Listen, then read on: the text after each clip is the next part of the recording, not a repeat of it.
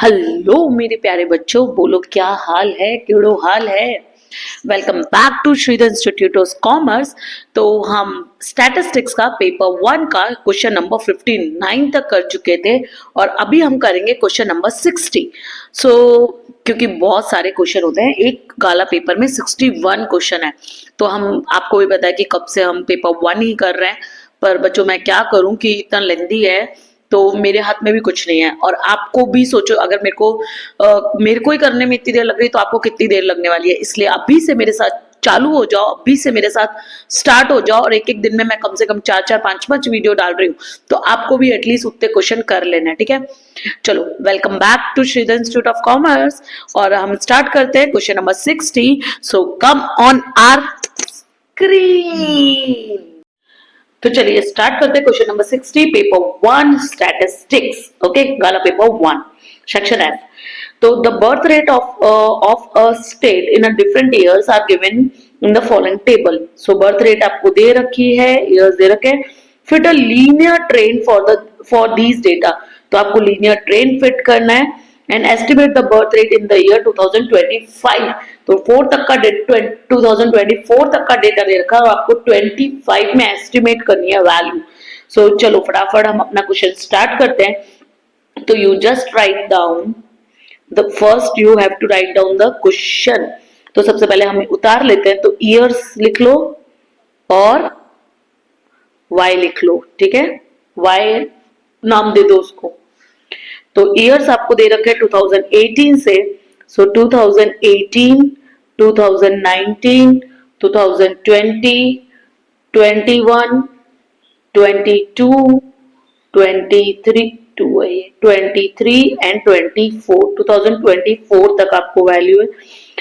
Years birth rate देखो क्या दे रखी है, लिखो 22.2, 22.2, 21.8, again 21.3, 21.3, 20.9, 20.6, 20.2 और 19.4.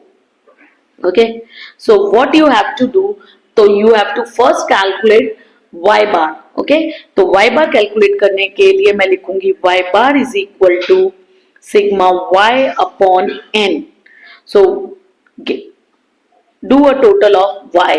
तो y का टोटल करिए तो आपका आ जाएगा 146.9. ओके, अब कर दीजिए 146.9 डिवाइडेड बाय n। तो हाउ मेनी इयर्स, 18 से दे रखा है, तो 1 2 3 4 5 6 7। सो 146.9 divided by 7, so you will gate 20.99। Okay, अब उसको टाइम दे लीजिए t। टाइम सीरीज का क्वेश्चन है। Okay, fit a linear train time series का क्वेश्चन है, तो आप उसको t दे देंगे, टाइम दे देंगे इसको। तो मैं इसको फर्स्ट ईयर, इसको जो ओल्डेस्ट से स्टार्ट करना है आपको, तो first year, second year, third year, fourth, fifth, six and seven. तो टी बार भी निकाल लीजिए। तो टी बार मैं निकाल लेती हूँ यहाँ पे। T bar is equal to sigma T upon N. तो 7 तक प्लस कीजिए तो आपका टोटल आ जाएगा 28 और 28 डिवाइडेड बाय 7। तो you will get the answer 7 4s are 28। Okay, तो यहां तक आपका हो चुका है। अब आपको क्या करना है, फॉर्मूला लगाना है बी का। तो टी वाले चैप्टर में ट्रेंड्स, वो आपका जो टाइम सीरीज का क्वेश्चन है उसमें भी आप क्या निकालते हो, बी निकालते हो। तो बी के फॉर्मूले में तो देखो एक आपका डेसिमल में आ रहा है, तो एन वाला आ जाएगा, तो इज इक्वल टू एन। अब होता था आपका sigma N sigma X Y, तो यहाँ पे एक्स तो है नहीं, यहाँ पे y है और t है, तो n सिग्मा टी वाई। देखो जो कोरिलेशन के चैप्टर है उसमें से आपका नेक्स्ट चैप्टर जो थर्ड है बी निकालने के लिए, तो आप y हटा देते थे और रूट हटा देना। अब उसी चैप्टर से जो आपका ये लीनियर ट्रेंड का यानी रिग्रेशन लाइन वाला जो चैप्टर, रिग्रेशन जो चैप्टर है, उससे टाइम सीरीज पे जाना हो तो बस x वाला कॉलम नहीं होता, टाइम वाला कॉलम होता है। तो जहां जहां x था उसी फॉर्मूले में आप वहां क्या लिख देंगे, t लिख देंगे, तो आपका b का फॉर्मूला बच जाएगा। तो n sigma T Y minus sigma T sigma y, इसको ब्रैकेट में लिख लेना तो कोई गड़बड़ नहीं हो, upon n sigma T square minus sigma T का होल स्क्वायर, y वाला नहीं आएगा, ठीक है। वही आपको, क्योंकि वाई बार निकाल वाई कैप निकालना है, ए प्लस बी एक्स नहीं है, ए प्लस बी टी निकालना है। ओके, फिर लीनियर लाइन फिट करनी है ना आपको, इसलिए ट्रेन फिट करना है, तो इसलिए मेरे को पहले क्या निकालना पड़ेगा, बी। मैंने उस क्वेश्चन में भी आपको बताया कि आपको बी निकालना होता है, फिर ए निकाल, पहले वाई बार, फिर एक्स बार की जगह टी बार, फिर आपको बी निकालना होता है, फिर ए निकालना होता है, फिर वाई कैप में फिट कर दीजिए उस लाइन को। ओके, तो एन कितना है आपका 7 है। सिग्मा टी वाई देखिए कितना है, तो टी वाई का मेरे को कॉलम बनाना पड़ेगा, तो आप सिग्मा छुपाओ कॉलम बनाओ, तो पहला कॉलम बनेगा आपका टी वाई का, तो बनाओ टी वाई का कॉलम, टी वाई तो आ जाएगा आपका, पहला आ जाएगा 22.2, 22.2, ठीक है। दूसरा आ जाएगा आपका 21.8 मल्टीप्लाई बाय 2 तो 43.6, 21.3 इंटू 3 तो आपका आ जाएगा 63.9। नेक्स्ट आ जाएगा 83.6। नेक्स्ट आ जाएगा आपका 121.103 और लास्ट आ जाएगा आपका 139.3। ठीक है, फिर मेरे को क्या चाहिए, टी स्क्वायर चाहिए। सिग्मा छुपाओ कॉलम बनाओ, तो बनाओ टी स्क्वायर का, टी स्क्वायर का बनाओ, तो 1 1 जा 1, 2 2 जा 4, 3 3 जा 9, 4 4 जा 16, 5 5 जा 25, 6 6 जा 36 और 7 7 जा 49। Now add this things, add कर लो सारी वैल्यू, तो 49 plus 36 plus 25 plus 16 plus 9 plus 5, so you will get the value 140। उसको भी प्लस कर लीजिए तो आपका आएगा 576.8।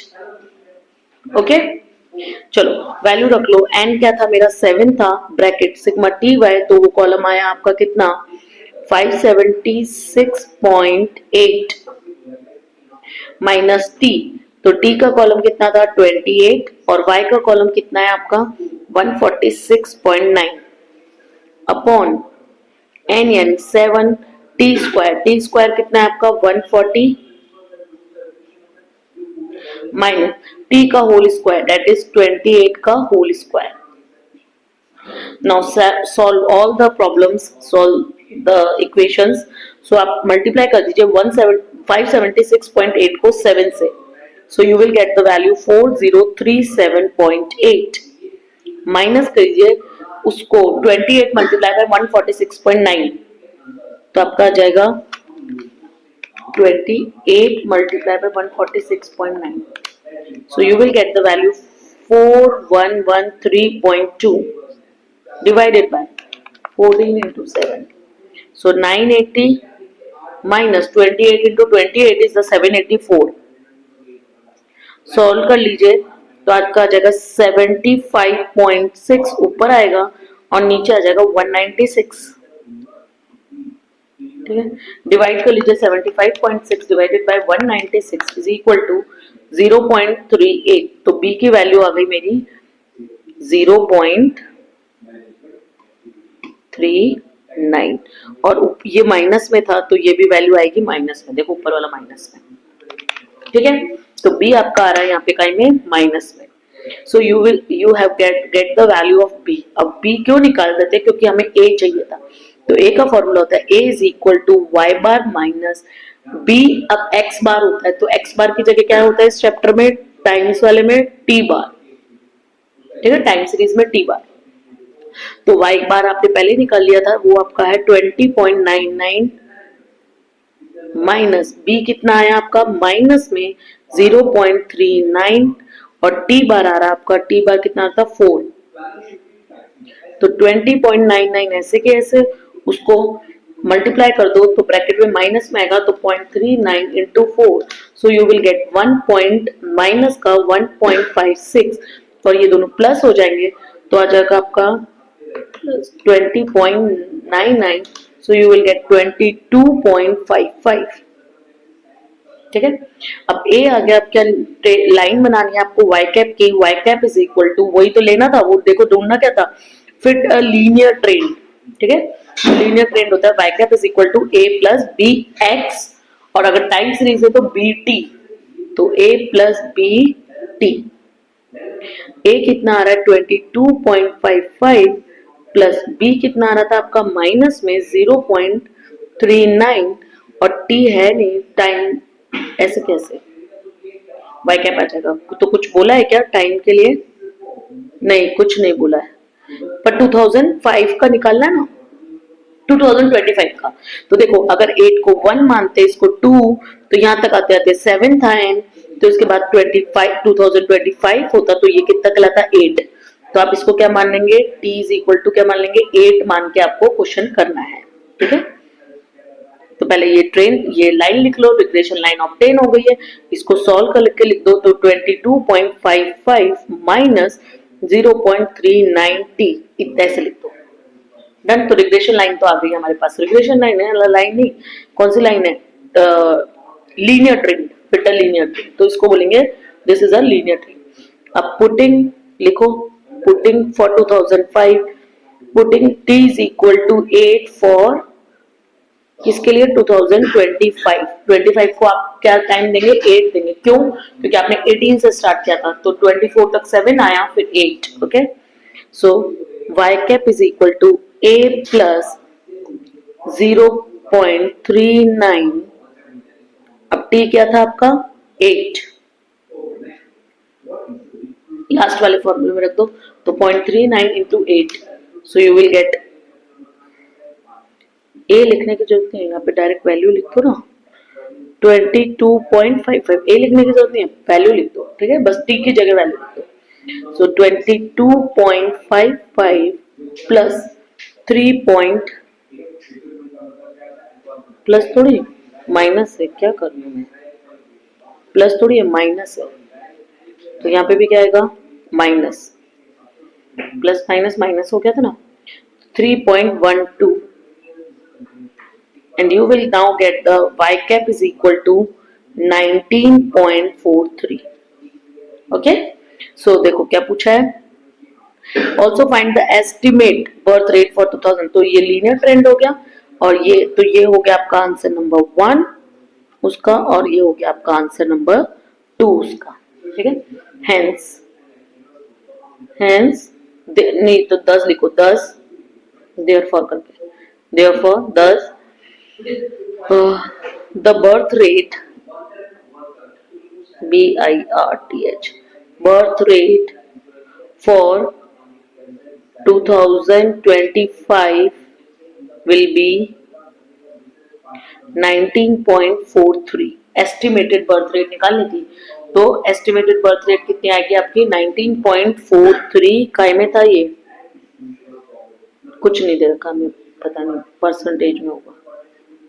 ठीक है, 19.43 कुछ नहीं दे रखा, अगर वहां पे दे रखा होता वाई तो मैं वहां यहाँ पे भी वाई कैप के आगे वही यूनिट रख देती, पर वहां यूनिट नहीं दे रखा तो मैं ऐसे कैसे रख देती हूँ। ठीक है, समझ में आ गया आपको क्वेश्चन, सिंपल वही है। देखो सबसे पहले कोरिलेशन वाले फॉर्मूला है, कोरिलेशन से रिग्रेशन पे जाना हो तो बी निकालना पड़ता है, फिर बी के पहले वाई बार निकालना पड़ता है, फिर एक्स बार, फिर आपको पता चल जाता है अगर डेसिमल में आ रहा है या फिर मतलब फ्रैक्शन आ रहा है या इंटीजर आ रहा है, वाई बार या एक्स बार, उसके बेसिस पे आप बी का फॉर्मूला लगाते हो।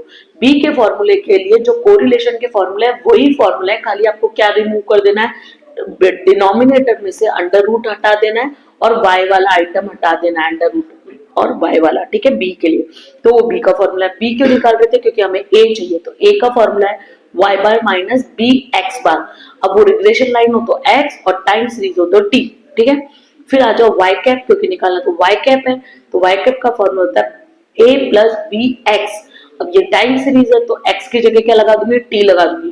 तो बच्चों ऐसे लिंक कर करके फॉर्मूला याद करो, तो आप दूसरे चैप्टर से लिंक करके फॉर्मूला याद करोगे तो it will become easy for you to learn the formulas. Okay, और फिर आपको एस्टिमेटेड दे रखा होगा अगर क्वेश्चन में कि भाई इतने इतने का एस्टिमेट बताओ आपके हिसाब से, तो आप जो लाइन आपने रिग्रेशन लाइन निकाली है या फिर आपने जो लीनियर ट्रेंड निकाला है उसमें आप x की या t की वैल्यू फिट कर दीजिए तो वो y कैप आ जाएगा। y कैप मतलब estimated value as per your method. Okay, so in this way. अच्छा फोटो ले लो, तो ले लो इतना ले लो पहले,